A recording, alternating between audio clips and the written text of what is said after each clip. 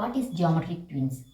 Geometric twins പറഞ്ഞാൽ എന്താണെന്ന് നോക്കാം. ഓക്കെ, നമ്മുടെ റിയൽ ലൈഫിൽ നമ്മൾ ട്വിൻസ് ആണെന്ന് പറയും. എങ്ങനെയാണ് അതെന്തുകൊണ്ടാണ് പറയുന്നത്? കാരണം അവർ രണ്ടുപേരെയും കാണാൻ എന്തായിരിക്കും, ഒരേപോലെ ഉണ്ടാവും അല്ലേ? അവരുടെ കണ്ണ്, മൂക്ക്, വായ, അവരുടെ അപ്പിയറൻസ് എല്ലാം എന്തായിരിക്കും, സെയിം ആയിരിക്കും. ഓക്കെ, ഇതുപോലെ ഷേപ്സിലും നമ്മൾ ഒരേപോലെ കാണപ്പെടുന്ന ഷേപ്സ് ഉണ്ടാവും. അതായത് ഇപ്പോൾ സ്ക്വയർ എടുക്കുകയാണെങ്കിൽ അതേ സൈസ്, ലെങ്ത് എല്ലാം എന്തായിരിക്കും, സെയിം ആയിരിക്കും ഈ ഷേപ്സിനും.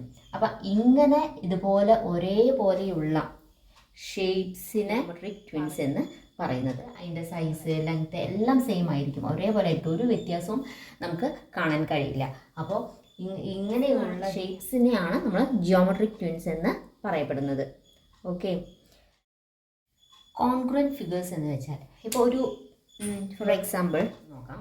നോക്കൂ, ഇവിടെ രണ്ട് സ്പോഞ്ച് എടുത്തത് നമ്മൾ രണ്ടും ഓവർലാപ്പ് ചെയ്യാൻ പോവാണ്. ഓവർലാപ്പ് ചെയ്യുന്ന സമയത്ത് ഇറ്റ്സ് പെർഫെക്റ്റ്ലി മാച്ചിങ്. നോക്കൂ, ഇതിൻ്റെ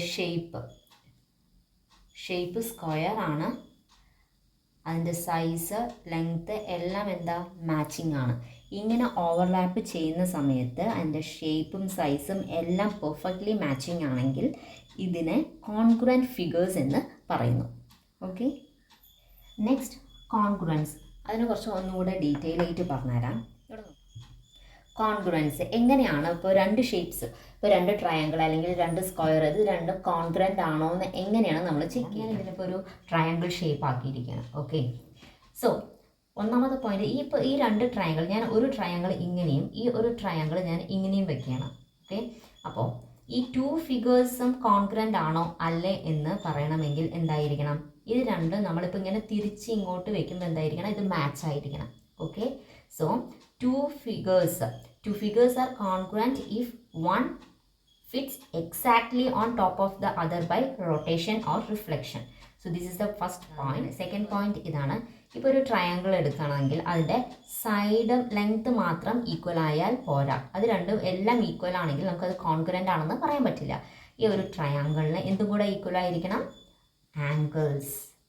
ആംഗിൾസും കൂടെ ഈക്വൽ ആണെങ്കിൽ മാത്രമാണ് ഈ ട്രയാങ്കിൾസ് കോൺഗ്രുവൻ്റ് ആണെന്ന് നമുക്ക് പറയാൻ പറ്റുള്ളൂ. Okay, to confirm both these triangles are congruent, so what are the main conditions? Both side, length and angles must be identical. Congruence of triangle. നമുക്കറിയാം, triangle are the simplest closed shapes to check for congruence. ട്രയാങ്കിളുടെയും sides equal ആണെങ്കിൽ it is set to be congruent. നമ്മൾ കുറച്ച് conditions എന്ന് പഠിക്കുന്നുണ്ട്, അത് ഞാൻ വഴിയെ പറഞ്ഞുതരാം. പെട്ടെന്ന് നമുക്ക് ഈ രണ്ട് ട്രയാങ്കിളും ഈക്വൽ ആണ് അല്ലെങ്കിൽ ഇത് കോൺഗ്രുവൻ്റ് ആണെന്ന് എങ്ങനെയാണ് വേഗം കണ്ടുപിടിക്കാം? Just first we check side, length and angles തന്നിട്ടില്ലെങ്കിൽ we should have to check side and length. Okay, this is the first point. Conditions for triangle congruence. അപ്പോൾ ഓരോ കോൺഗ്രുവൻ്റ് ട്രയാങ്കിളുടെ കണ്ടീഷൻസ് നമുക്ക് എന്തൊക്കെയുണ്ടെന്ന് നോക്കാം. അതിൽ നമുക്കൊരു രണ്ടെണ്ണമായിട്ട് കാറ്റഗറൈസ് ചെയ്യാം. ഓക്കെ, ഇനി എന്താണ് SSS, SAS എന്നുള്ള ഡീറ്റെയിൽ ഞാൻ പറയാം.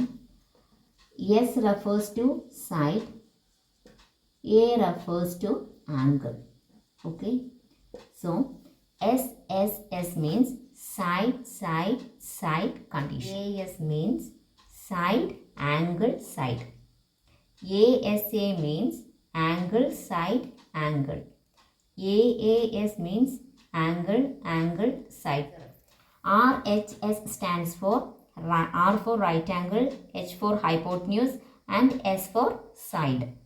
Next, non-congruent triangle, ഈ കേസിൽ SSA ആണ്, സൈഡ്, ആംഗിൾ. ഓക്കെ, ഇത് രണ്ടും ഒരു എക്സെപ്ഷണൽ ആണ്, അവിടെ ഇരിക്കട്ടെ. നമുക്ക് ഓരോന്നും ഡീറ്റെയിൽ ആയിട്ട് നോക്കാം. ഈസി ആയിട്ട് പഠിക്കാം, ഡീറ്റെയിൽഡ് ആയിട്ടല്ല, ഈസി ആയിട്ട് ഷോർട്ടായിട്ട് പഠിക്കാം. ഓക്കെ.